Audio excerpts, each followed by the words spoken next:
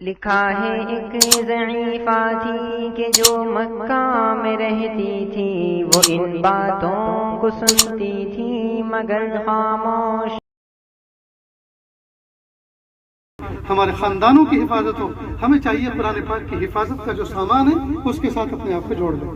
ایک مثال سمجھیے، ایک باپ اگر کسی فیکٹری میں کام کرتا ہے اور فیکٹری کے لوگوں نے اس کی پابندی کو اور ضبط اور نظم و ضبط کو دیکھ کر خوش ہو کر اس کو ایک دن یہ فیصلہ کیا کہ اس کو 1,00,000 روپے کا چیک دینا چاہیے۔ بیچارہ دور دراز سے سائیکل چلا کے ٹائم پہ آتا ہے، ٹائم کے بعد جاتا ہے، یہ بڑا وفادار ہے، ہماری فیکٹری کا یہ بنیادی پتھر ہے، لہٰذا اس کو ہمیں سنبھال کر رکھنا ہے، تو اس کو خوش کرنے کے لیے ہم 1,00,000 روپے کا چیک دیتے ہیں۔ اب اس کو بلایا آفس میں اور کھڑے ہو کر مالک فیکٹری نے اس کو 1,00,000 روپے کا چیک دیا کہ جناب اس کو قبول کرو، یہ آپ کے لیے تحفہ ہے۔ اب اس کی آنکھوں میں آنسو چلا گیا، اس لیے کہ اس نے کبھی 1,00,000 روپے کا چیک دیکھا نہیں تھا، 3-4 ہزار روپے کا مزدور تھا۔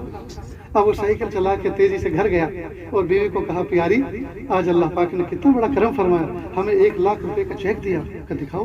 اس نے دکھایا کہ دیکھو اس کو سنبھال کے رکھو، کل بینک کھلے گا یا کل چھٹی ہے، پرسوں بینک کھلے گا، اس کو جمع کراؤں گا، کیش کراؤں گا۔ اب بیوی نے اس کو اس کے ایک چھوٹے سے لفافے میں رکھا جس کی قیمت 4 آنے 8 آنے تھی، پھر اس لفافے کو کاغذ کے پلاسٹک کی پنی میں لپیٹا جس کی قیمت 5-10 پیسے تھی، پھر اس پنی کو رکھا ہینڈ پرس میں جس کی قیمت 100-200 روپے تھی، اور الماری میں رکھ کر تالا لگا کے چابی کی حفاظت دل و جان سے کی کہ 2 دن اس کو مجھے اپنی نگرانی میں رکھنا ہے۔ تو دیکھو اصل تو اس عورت کو حفاظت کس کی کرنا تھا؟ 1,00,000 روپے کے چیک کی، لیکن 1,00,000 روپے کے چیک کے توفیل اس 25 پیسے کے لفافے کی بھی حفاظت ہو رہی ہے، کاغذ کی، اور 4 آنے 8 آنے کی پنی کی تھیلے کی بھی حفاظت ہو رہی ہے چیک کے توفیل، اور اسی چیک کے توفیل اس پرس کی بھی حفاظت ہو رہی ہے جس میں اس کو رکھا گیا ہے۔ تو اصل تو حفاظت کرنا تھا چیک کی، ساتھ ساتھ ان سب چیزوں کی حفاظت ہو رہی ہے۔ تو قرآن پاک میں اللہ نے فرمایا ہم نے قرآن پاک کو نازل کیا، ہم ہی اس کی حفاظت کرنے والے ہیں۔ تو اصل تو اللہ تعالیٰ کو حفاظت کرنا ہے کس کی؟ قرآن پاک کی، لیکن ساتھ ساتھ اللہ تعالیٰ اس سینے کی بھی حفاظت کرتے ہیں جس سینے میں یہ قرآن ہے، اور وہ سینہ جس جسم کا جز ہے اللہ اس جسم کی حفاظت کرتے ہیں۔